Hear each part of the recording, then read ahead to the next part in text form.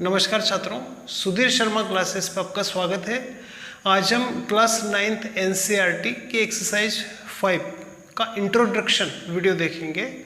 Exercise जो है इसका नाम है यूक्लिड की ज्यामिति का परिचय। ये जो एक्सरसाइज है थोड़ा थ्योरेटिकल है, कुछ परिभाषाएं वगैरह इसमें है।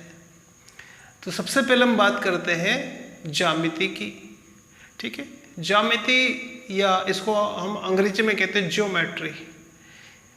ठीक है, ज्योमेट्री जो शब्द है वो ऐसा माना जाता है कि यूनानी भाषा के दो शब्द से मिलके बना है, जियो और मेट्रीन। ठीक है, जियो और मेट्रीन। जियो जो शब्द है इसका मतलब है भूमि और मेट्रीन जो शब्द है इसका मतलब है मापन। तो इस प्रकार से हम ये कह सकते हैं कि जियोमेट्री का जो अर्थ होता है वो है भूमि का मापन।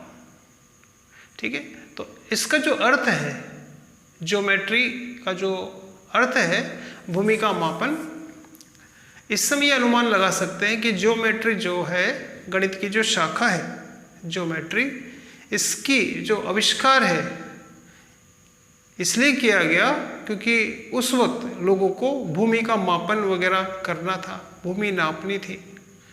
ठीक है, और ज्योमेट्री का जो इतिहास है वो आज से हजारों वर्ष पुराना है।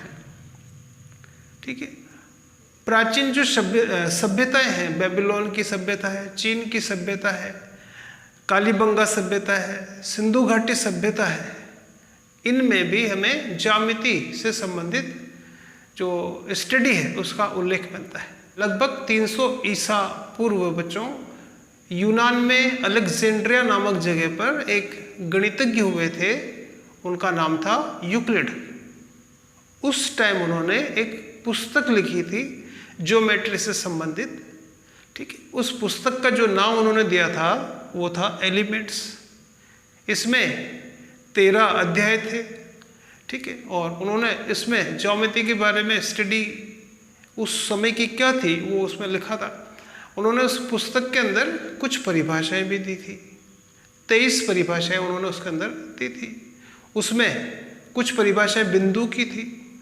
उन्होंने बताया कि बिंदु वह भाग है जिसकी ना तो लंबाई होती है और ना ही चौड़ाई होती है। ठीक है, यानी बिंदु के लिए उन्होंने बताया कि बिंदु वह है जिसका कोई भाग नहीं होता है। दूसरी उन्होंने जो परिभाषा दी थी कि एक रेखा जो है चौड़ाई रहित लंबाई होती है। तो उन्होंने बताया कि रेखा जो होती है जो चौड़ाई रहित लंबाई होती है, मतलब इसकी लंबाई तो अनंत होती है लेकिन इसकी चौड़ाई नगण्य होती है। ठीक है, तो उन्होंने रेखा की भी अपनी पुस्तक में परिभाषा दी और उन्होंने इसी में बताया कि एक रेखा के सिरे बिंदु कहलाते हैं। ठीक है, एक सिरे, रेखा के जो सिरे होते हैं वो बिंदु कहलाते हैं। इसी प्रकार से उन्होंने पृष्ठ की भी परिभाषा दी कि पृष्ठ वह होता है जिसकी लंबाई और चौड़ाई होती है।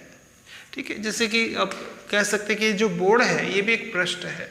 तो यूक्लिड की परिभाषा के अनुसार पृष्ठ वह है जिसकी लंबाई और चौड़ाई होती है।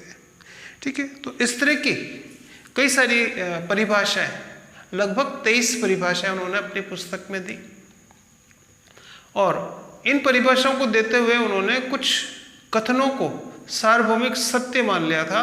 उन कथनों को फिर 2 भागों में बांटा जाता है। एक तो कहलाता है अभिग्रहित और एक कहलाता है अभिधारणाएं। ठीक है बच्चों, एक तो होता है अभिग्रहित और एक है अभिधारणाएं। मतलब कहने का यह है कि जब यूक्लिड ने वो परिभाषाएं दी थी तो उसने कुछ चीज़ों को सार्वभौमिक सत्य मानकर ये परिभाषाएं दी थी। तो वो जो सार्वभौमिक सत्य कथन उन्होंने जो माने थे उनको हम 2 भागों में बांट सकते हैं। एक तो है अभिधारणाएं और एक है अभिग्रहित। अभिधारणाएं वो थी, ठीक है, तो अभिधारणा के अंदर हम उन कथन या उन कल्पनाओं को ले सकते हैं जो ज्यामिति से विशिष्ट रूप से संबंधित थी। ठीक है, उनको तो हम कहते हैं अभिधारणाएं। और जो प्रत्यक्ष रूप से ज्यामिति के अलावा अन्य सामान्य गणित से भी संबंधित थी, उनको उसने कहा था अभिग्रहित। ठीक है बच्चों, तो आपकी बुक के अंदर भी यूक्लिड की अवधारणाएं हैं। ठीक है, उसमें से आपकी बुक के अंदर 5 अवधारणाएं प्रमुख हैं। तो यूक्लिड की जो प्रमुख 5 अवधारणाएं हैं उसमें से पहली है कि एक बिंदु से अन्य बिंदु तक एक सीधी रेखा खींची जा सकती है, कि एक बिंदु से अन्य बिंदु तक एक सीधी रेखा खींची जा सकती है। दूसरी अभिधारणा है कि एक शांत रेखा को, ठीक है, जैसे दूसरी अभिधारणा है कि एक शांत रेखा को, शांत रेखा मतलब जिसको आज हम कहते हैं रेखाखंड, तो उसने उसको कहा एक शांत रेखा को अनिश्चित रूप से बढ़ाया जा सकता है। ये जैसे शांत रेखा, इसको उसने कहा शांत रेखा, जिसको हम रेखाखंड भी कह सकते हैं। तो शांत रेखा को दोनों दिशाओं में अनंत तक बढ़ाया जा सकता है। ठीक है, इधर भी बढ़ा सकते हैं, इधर भी बढ़ा सकते हैं। तीसरी अभिधारणा, किसी को केंद्र मानकर किसी त्रिज्या से एक वृत्त खींचा जा सकता है। ठीक है, तो तीसरी अभिधारणा में उन्होंने कहा कि किसी बिंदु को केंद्र मानकर किसी त्रिज्या का वृत्त बनाया जा सकता है। ठीक है, चौथी अभिधारणा थी सभी समकोण एक दूसरे के बराबर होते हैं। ठीक है, जैसे कि हम जानते हैं कि समकोण, ये भी एक समकोण है। समकोण मतलब 90 डिग्री का कोण। एक ये भी समकोण है। तो उन्होंने कहा कि सभी समकोण आपस में बराबर होते हैं। तो इस प्रकार उन्होंने 5 अवधारणाएं दी, 4 आपने देखी। इसमें से जो 5वीं अवधारणा अब हम पढ़ेंगे वो इम्पोर्टेंट है। इसका कथन इस प्रकार से है कि यदि एक सीधी रेखा अन्य 2 सीधी रेखाओं पर गिरकर अपने एक ही ओर 2 अंतःकोण इस प्रकार बनाए कि इन कोणों का योग जिस ओर 2 समकोण से कम होगा, ये रेखाएं अनिश्चित रूप से बढ़ाए जाने पर उसी ओर मिलती है। ठीक है, तो ये महत्वपूर्ण है अवधारणा, जैसे कि आप यहाँ देख पा रहे हैं।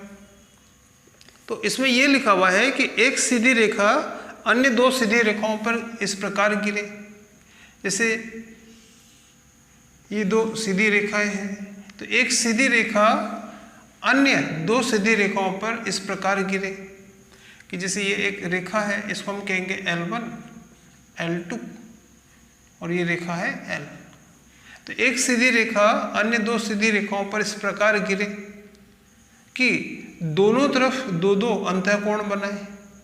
तो ये जो दोनों सीधी रेखाएं हैं ये उस ओर मिलेगी जिस ओर बनने वाले कोणों का जो योग है, अंतःकोणों का जो योग है वो 180 से कम होगा, उस ओर ये मिलेगी। और इधर हम देख रहे हैं कि इधर के जो 2 कोण होंगे इनका टोटल 180 से ज़्यादा होगा। तो अवधारणा 5 में यूक्लिड ने ये बताया था कि जब एक सीधी रेखा अन्य 2 सीधी रेखाओं पर गिरती है तो ये 2 जो सीधी रेखाएं हैं ये उस ओर मिलती है जिस ओर बने अंतःकोणों का योग 2 समकोण यानी 180 डिग्री से कम होता है। ठीक है, इसके अलावा ये तो थी अवधारणा ही। इसी प्रकार यूक्लिड ने कुछ अभिग्रहित भी दिए थे। अभिग्रहित जो है वो एक तरह की कल्पनाएं हैं। ठीक है, जिसको उन्होंने सार्वभौमिक सत्य माना था। तो वो अभिग्रहित इस प्रकार से हैं, जैसे कि पहला, वे वस्तुएं जो एक ही वस्तु के बराबर हो एक दूसरे के भी बराबर होती है। सेकंड अभिग्रहित था, यदि बराबर को बराबर में जोड़ा जाए तो पूर्ण भी बराबर होते हैं, है ना। जैसे कि ये बराबर है, इन बराबर को अन्य बराबर में जोड़ा जाए, है ना, जोड़ा जाए तो इन बराबर को अन्य बराबर में जोड़ा जाए तो इनका जो योग आएगा वो भी आपस में बराबर होता है। ठीक है, जैसे कि आप यहाँ देख पा रहे हैं। इसी प्रकार से थर्ड अभिग्रहित जो था इनका कि यदि बराबर को बराबर में से घटाया जाए, जैसे ये बराबर है, बराबर को ये भी बराबर है, 7 और 7 बराबर है, ये भी बराबर है, यदि बराबर को बराबर में से घटाया जाए तो जो शेष बचेगा वो भी बराबर होता है। ठीक है। और इसकी जो चौथा अभिग्रहित था कि वे वस्तुएं जो परस्पर संपाती होती है एक दूसरे के बराबर होती है। ठीक है। वे वस्तुएं जो परस्पर संपाती होती है एक दूसरे के बराबर होती है। ठीक है बच्चों, जैसे कि अपने ये दोनों हाथ हैं, ये आपस में संपाती होते हैं। तो जो वस्तुएं आपस में संपाती होती है, जैसे कि हमारे बुक्स के जो पेज हैं बराबर होते हैं, तो जो वस्तुएं परस्पर संपाती होती है वो बराबर भी होती है। और एक अभिग्रहित पांचवा था कि पूर्ण अपने भाग से बड़ा होता है। ठीक है। पूर्ण जो होता है वो अपने भाग से बड़ा होगा। जैसे ये तो है पूर्ण और ये है भाग, तो हम कहेंगे कि जो पूर्ण होता है वो अपने भाग से बड़ा होता है। भाग मतलब आधा हिस्सा, पूर्ण हिस्सा। तो पूर्ण हमेशा अपने भाग से बड़ा होता है। तो ये थी बच्चों सामान्य जानकारी। ठीक है बच्चों, तो ये था यूक्लिड के बारे में सामान्य परिचय, कि इसमें हमने देखा कि ज्यामिति क्या है। तो हम कहेंगे कि ज्यामिति जो है वो गणित की एक शाखा है जिसका प्रचलन आज से हजारों वर्ष पहले से है। इसके सबूत हमें यूनान की संस्कृति, बेबीलोन, चीन की संस्कृति, सिंधु घाटी सभ्यता आदि में मिलता है। और ज्यामिति जो है अंग्रेजी में हम कहते हैं जियोमेट्री। ठीक है, जो कि दो शब्द यूनानी शब्दों से मिलकर बना है, जियो और मेट्रीन। जियो का मतलब है भूमि और मेट्रीन का मतलब है मापन। तो इस प्रकार से जियोमेट्री का अर्थ होता है भूमि का मापन। ठीक है। इसका जो अर्थ है, इसको देखते हुए हम कह सकते हैं कि इसका जो खोज है ज्योमेट्री की इसलिए की गई होगी क्योंकि उस वक्त जो है भूमि का मापन करना हुआ। तो भूमि के मापन की आवश्यकता को ध्यान में रखकर ज्योमेट्री की खोज की गई। ज्योमेट्री या ज्यामिति में कई गणितज्ञों का योगदान है। उसमें पाइथागोरस है, यूक्लिड है। ठीक है। और यूक्लिड जो है इन्होंने इसी के संदर्भ में ज्यामिति के लिए एक पुस्तक लिखी थी, उसका नाम है एलिमेंट्स। लगभग 300 ईसा पूर्व इन्होंने ये पुस्तक लिखी थी और इस पुस्तक में उन्होंने 13 अध्याय थे और कुछ परिभाषाएं उन्होंने उसमें दी, 23 परिभाषाएं उन्होंने उसमें दी। और वो परिभाषाएं देते हुए उन्होंने कुछ कथनों को सार्वभौमिक सत्य माना था। उन कथनों को फिर 2 भागों में बांटा गया है, अवधारणाएं और अभिग्रहित। अवधारणाएं वो थी जिनका संबंध ज्यामिति से था।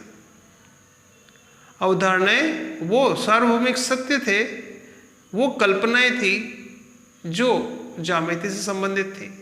और आपकी पुस्तक में 5 अवधारणाएं महत्वपूर्ण हैं।